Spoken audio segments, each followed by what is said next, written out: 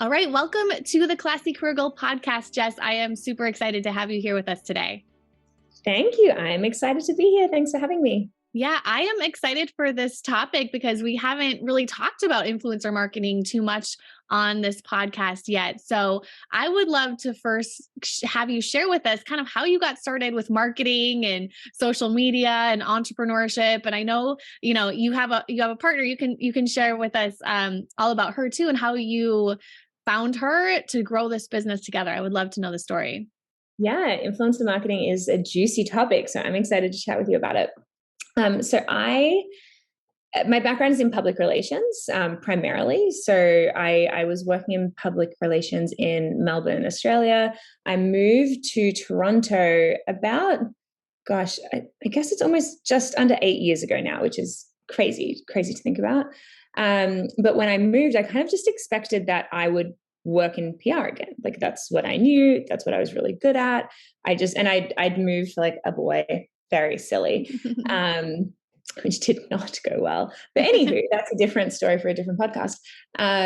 So I had moved with the intention of working in PR, and it just like did not go well for me.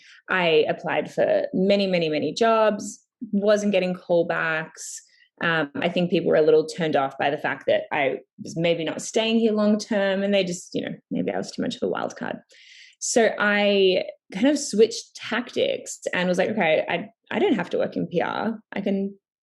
I could start a whole new chapter. I could do something different. And I'd always had like a really big interest in the wedding industry and wedding planning. So I was like, maybe I'll be a wedding planner here. So I researched every wedding planning company in Toronto, and I found two that I really liked. And I reached out to both of them and was just like, could I take you for a coffee? I would love to hear about your business. And one of them I went for coffee with, she became a friend. And then the other said, I have all of the consultants that I need, but it sounds like you're much more suited to PR anyway. I'd love to connect you with a friend of mine. And I kind of I said, of course, thank you, whatever. Didn't expect anything. I was just like, PR is not for me here. It's not happening. But her friend reached out. Her friend was Emily, who's my now business partner.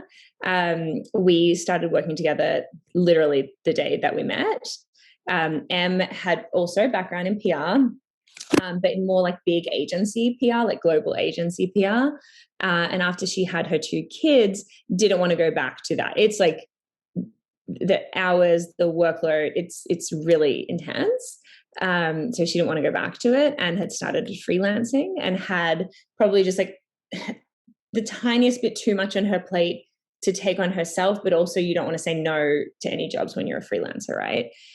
So she was like, could you take on like this, and this? And I was like, absolutely, I can. And so we started working together like that. And then, so that was Shine PR, like our first iteration of Shine was Shine PR. And then about 4 or 5 months after that, it was kind of coming to the end of the year, and we're like, let's set up a bunch of meetings for the new year and kind of just see let's see who we can meet with. Like we made it like a bit of a game for ourselves to like see what big meetings we could get.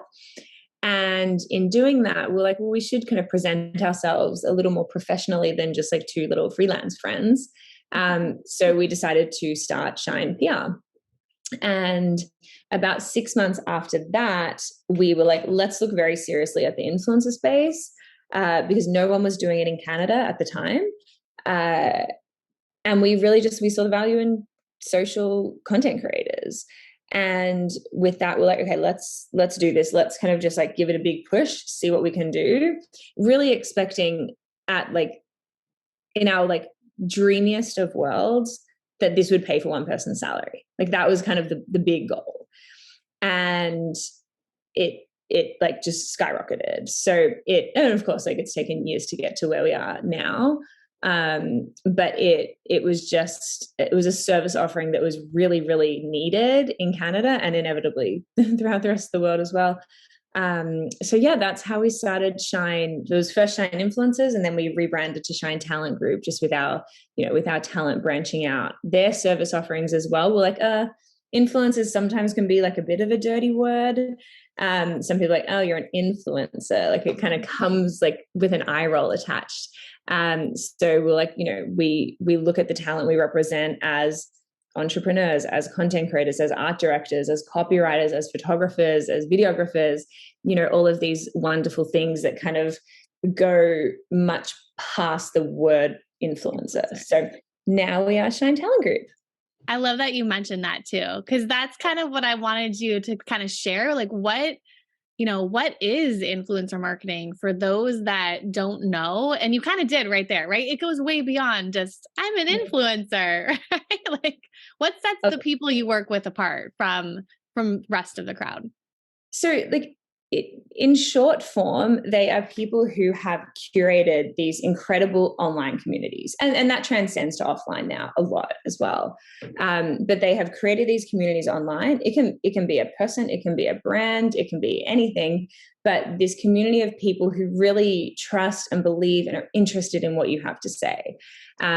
So that's kind of what they do, and what they're like, I believe their like primary skill set is that they've built this incredible level of trust that's very genuine. Like there's no facade there, but they've built this trust, and then brands look at it and say, okay, well, they're the people that we need to talk to, and if we can do that through a voice that they already trust, these people are probably going to be more likely to trust our product or service or brand or whatever it may be. Yeah. And people have made full-time careers out of it too. Oh, awesome. Absolutely. And like very lucrative full-time careers. I often lament, like, I think I'm on the wrong side of this equation. Like, and that's like absolutely not for me at all. But in some ways I'm like, oh, I wish I could have done that. It's so cool. I love what they build. Yeah. And it's neat too, because like years ago, this wasn't a career field that you could have. And this is the kind of things I feel like they're not teaching in like college and, the potential career options available as well. And so that's why I wanted to have you on too, because it really is a career and it's lucrative. So what are some of the steps that someone could take if they wanted to be an influencer, or what are the steps that the people that you're working with are taking that is allowing them to have such success? I think knowing that and I mean, maybe this relates to everything, but knowing that it's not an overnight thing. We have some talent, and albeit it is, I will say it is changing, that is shifting, but we have some talent that had like blogs and Instagrams for like 5+ years before getting a paid deal. Like, I think you need to be focused not on just that financial outcome, but about, as I said, like really building that audience and building, like not looking at it as just like one more follower, but like a group of people that you need to nurture, and you need to keep providing value back to them, looking at it that way instead of like, what can I get out of it? And I think in terms of what you want to talk about, I love to look, and we used to talk about this years and years ago when we first started. I always loved the people who would meet with, and they'd say, when I was in high school, I was the one who would like do all of my friends' hair before we like went to a party. And I was the one who like always knew the latest like hair tool or trick or thing, right?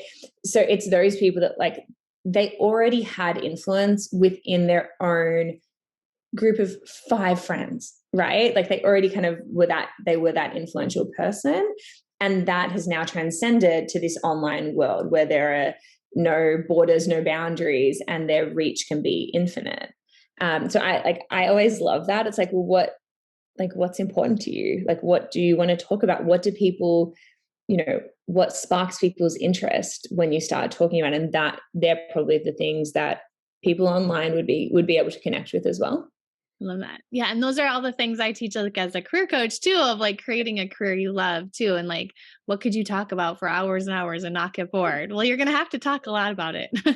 About it a lot. So how do you build that audience? I think that's a question I always get as well from our listeners, is like, how do I build my audience? And then also, how do you know that you would be a great influencer?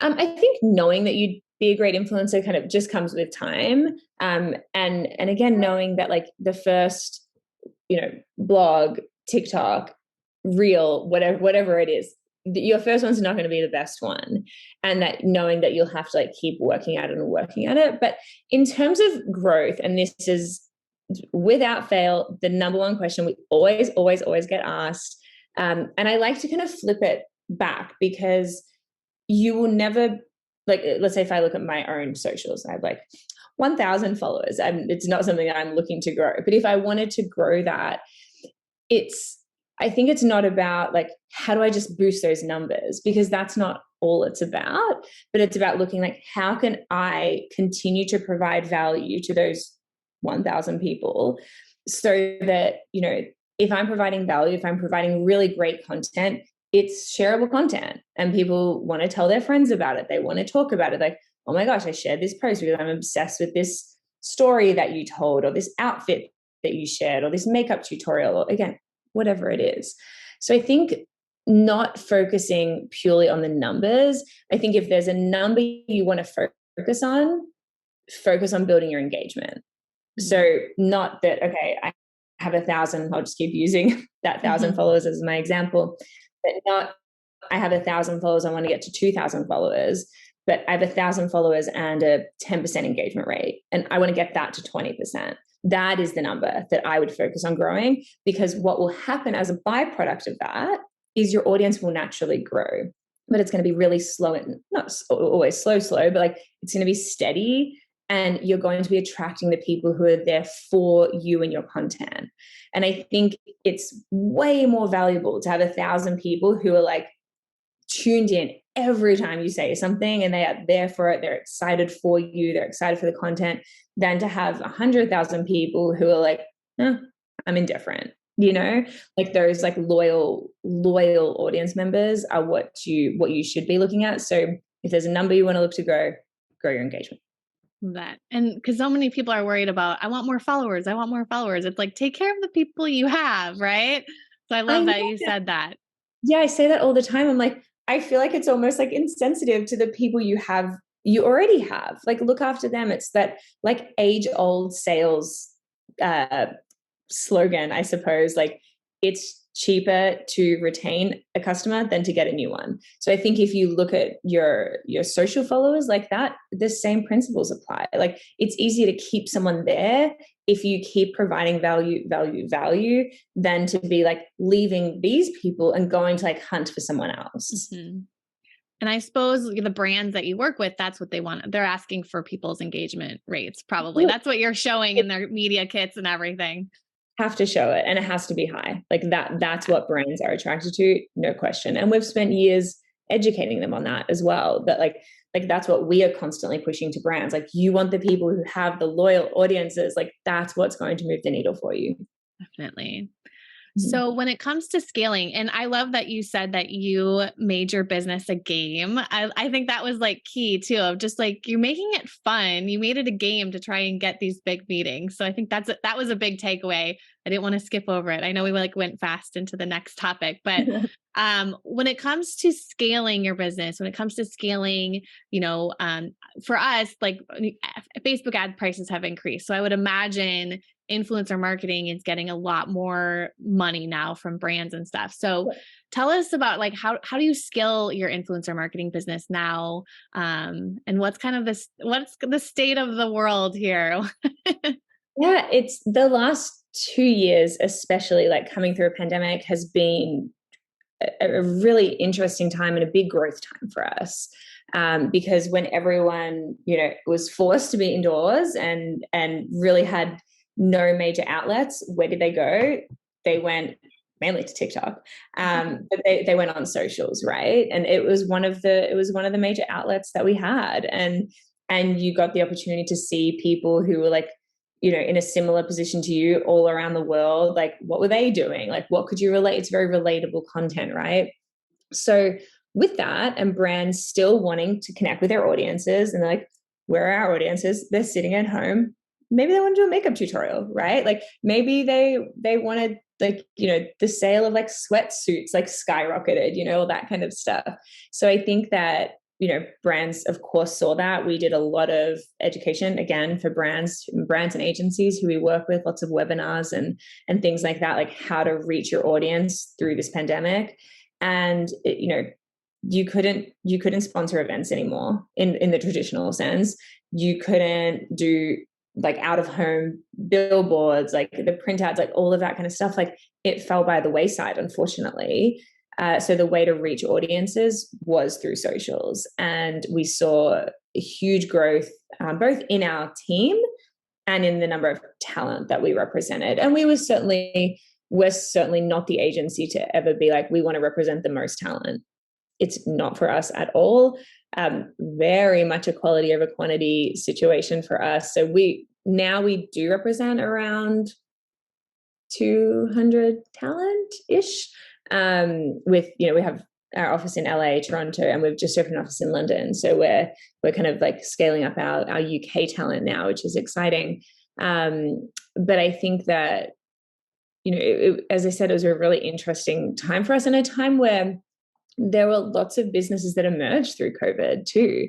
And they did so primarily through socials, like through like creating their own social content, their own TikTok content, and like connecting with audiences that way. So I look at it certainly as like a COVID silver lining, that there are a lot of really cool businesses that came out the back of it.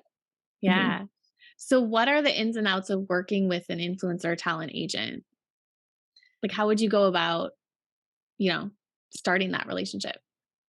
So if you're a brand or if you're an influencer? Influencer. Okay. So if you're an influencer and you're looking to get an agent or a manager, which is like what we would call ourselves. So what happens, we reach out to talent all the time. And we also have talent reach out to us. So I would say if you are reaching out to an agency, one, don't be afraid to ask a lot of questions. Like, this is not just like, will we accept you or will we not accept you? Like, you have to accept us as well. So I'll talk, to how we operate. But when someone comes to us, we want to see their media kit. We want to see their engagement rate. We want to see any other like key analytics. So if you have the ones that I'm always most attracted to or impressed by, high volume of saves and shares. I'm speaking to Instagram specifically right now. So I think that is the most qualified analytic over anything else, because, we'll call them vanity metrics, like likes and comments that everyone can see and everyone has access to. One, you can buy them. Not that I feel like that has kind of died away a little though, but it's, people can look. I'm so like happy on Instagram. Like I like everything. And even if I'm not like really looking at it or really like, ingesting that information, I'll still like it. But I feel like I save things when I'm like, oh, I want this, but not right now.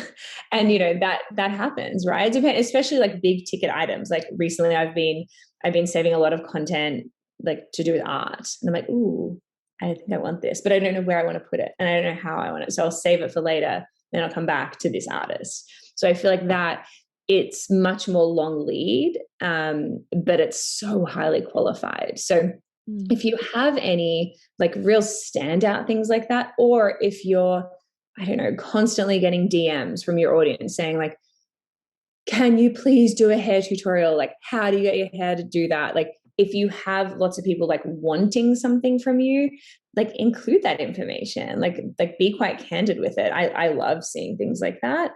And then what we will do from there is, so we'll take a person that we're interested in, we present it to our whole team, or the Canadian team and the US team do it separately, but it's presented to the whole team on status. Everyone weighs in on it, and everyone, will say, oh, this could be a red flag, or I really like this, or I really like that. And we say, okay, let's move forward with the trial. And then we'll do a trial with that person for anywhere from 1 to 3 months, depending on, it might be longer if we feel like that person needs a bit more of a build. But these are people who already have, I want to say, relatively well-established brands, like personal brands. So we'll do a trial to see what's your communication style like, what is your volume of inquiries that you have coming in? Are they really qualified inquiries? Are they people that are coming just like gifting, or are they like budgets coming through? So we use that time to kind of assess, is this someone who we think is a good fit for us? And also, like, how do they fit on our roster? Like, is there a gap? Are they like filling a gap that we're really interested in? Are they similar perhaps to one of our other creators who have seen a lot of success with, but maybe they're like, we like to have like a high-low option potentially. We have someone in, I don't know, let's say the self-love category who has 1 million followers. It's also great to have a few people who have 100,000 followers if the brands don't have budget for the heavy hitters. So we look and see if there are fits within our roster. Or, you know, maybe we've had a similar experience with someone and we know we'll be really successful. And then from there, we'll move into like an exclusive relationship together. So yeah, we like date them for a little while and then we get married. I love this topic. Like, do you think, if you were your brands, are they exclusively like Instagram or are they TikTok? I would assume it's Instagram and TikTok these days. Is that kind of what you're seeing? Yeah. And for the most part, our talent have both. Not everyone, certainly. Like some people are like, oh, I'm an Instagrammer, and they can maybe dabble a little bit with TikTok. But certainly anyone new that we're bringing on, it's pretty important to us that they have both. Brands like to see it. They want that exposure across both platforms. And of course, like a little bit of YouTube as well, but certainly TikTok and Instagram are our primaries. I love that. This is the straight from the source. You're giving us like the trends, the hot information we need to know. Yeah. So are you ready for the Classy Career Girl lightning round questions? I think so. I'm as ready as I'll ever be. You'll do great. I love it. So what is your best financial advice?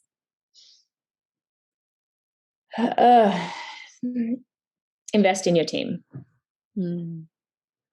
What would be your tips for someone who has a lot of debt right now and is trying to get out? Chip away at it. If you can consolidate the debt, do that. And I believe that everything is up for negotiation. So if you have a lot of debt with like a credit card company or something like that, call them and say, I want to consolidate this. I want to stay with you guys, but I'm currently at a 15% interest rate. Could we pause that for 3 months so I can like get back on track? I love that. What do you wish you would have known when you started on this road to career success? Oh goodness, everything. That investing in our finance team would be the best thing we would ever do. How do you stay balanced? I don't know that I do. I feel like I wouldn't say I'm balanced in that I'm like 50-50. I feel like when I'm doing one thing, like when I'm here talking to you, I'm like fully 100% invested in this. When I'm having like off work time, I'm fully invested in that. I find it really easy for myself to switch on and off. And that's certainly a byproduct of having an incredible team. Like there is no question, like that is the one thing that allows me to do that. But I had just taken a month off to get married, and congrats. Thank you. The day I was off, I was like, I'm off. Like I'm out. Like so I'm not like worrying and thinking about work, but I'm also like, I'm not a big worrier. So yeah, balance is not something that I've struggled with too much. How cool that you've created a career you love where you got to take a month off to get married. Like that's awesome. My business partner and I did that for the first time this year. She had taken a month off earlier in the summer because another like business friend of ours had said last year we were chatting with them and they said, you know, I'm off for August. And we were like, excuse me? What do you mean you're off? And they work for themselves, like just them. And we're like, hold on. We have a team of 60 people. There's 2 of us already, like Emily and myself. We can do that. Of course we can do that. We have this like crazy, amazing team. We can take a month off. So we did it this year and it was wonderful. My time was very busy because I spent it getting married and having my family in town and things like that. So I'm already excited for it next year. I'm like, I should have a break and like read a book and what a joy. That's awesome. Goals for sure. I know. So how do you find happiness and fulfillment in your work? I have I always had two things that were very important to me, and I really focused on what those things were, especially before I started Shine. And those two things were fun and flexibility. And I really like encourage people to look at like what is important to you. Like it might be finances, it might be work-life balance, it might be boundaries. It like there's so many things that they could be, but like my two words for that are fun and flexibility. So I am a huge believer that like I want work to be fun, and that's not to say that there won't be like challenging days, of course, but it has to be fun for me. Otherwise, it's not for me. And flexibility is really important. I want to be able to go home to Melbourne. I want to be able to like work from wherever I am. Like that's, and of course that's like much more common now with work from home life. But even before the pandemic, I was like, I have to be able to do this. Like I cannot have a job where I have 2 weeks of vacation, and that's I can't do it. Like it's 24 hours of flying to get back to Australia from Toronto. So it's, that those things were really important to me. So everything that I've done now always comes back to that. And I'm like, is it fun? And it give me the flexibility that I want. And what is fun to me and what is flexible to me has changed, of course, like over the years, and that shifts. But they were the two things that were important to me, and I like stuck to always. I love that you had a vision and you like know what you wanted to, and it helps you make decisions too. Yeah, when it absolutely. comes to your business. It'll like come back to that. And then I think for me, everything always feels like very consistent, because I'm like, is it consistent with what I want in my life and in my work life? So now what brings you most joy in your career?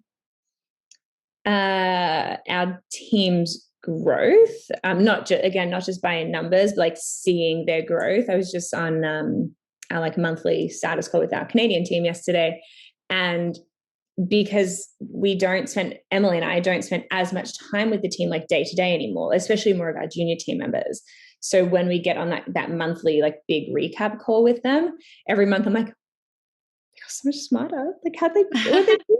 I love seeing that. I like often will message them afterwards and like, not that I didn't think you were smart before, I definitely did, but you like leapt up, like something happened and you sounded so strategic, so strong, so confident. I love seeing that like makes me beam. Hey, that means you're a good leader too, like, cause you've put the systems and structures in place for them to advance and grow as well. I love that. Yeah. What does having class mean to you in your personal life or at work?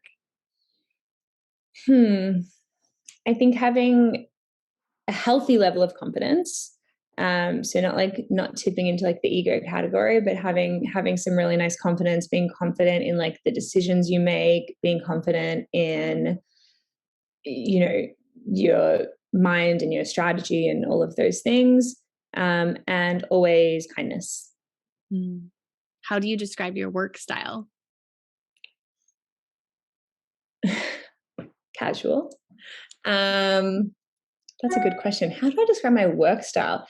I want to say it's very casual and like friend to friend in nature. I hope that it's very supportive, very encouraging. And I think above all, I'm a very excitable person. So I think there's a lot of enthusiasm. Good. Last question. You're almost done. What's the most important skill to have in business? Being able to ask for what you want, for sure. Like you just have to. I think you can't be shy about that. You have to be able to communicate what you want, whether it's good or bad. And I'm like the most like glass half full, rose-colored glasses, silver linings person. So I think that you can always find a positive in any situation. I really believe that. It's in a work sense, for sure. So I think being able to communicate that, being able to talk about that, being able to ask for what you want, if you just have to, and more often than not, I feel like people will come to the table, like they appreciate the confidence, they appreciate you asking, and they appreciate just knowing what you want, right? Like we've had that so many times with team members where they might ask for something like, oh, or they'll ask something after the fact when someone else did it. And I was like, I had no idea you were interested in doing this or that.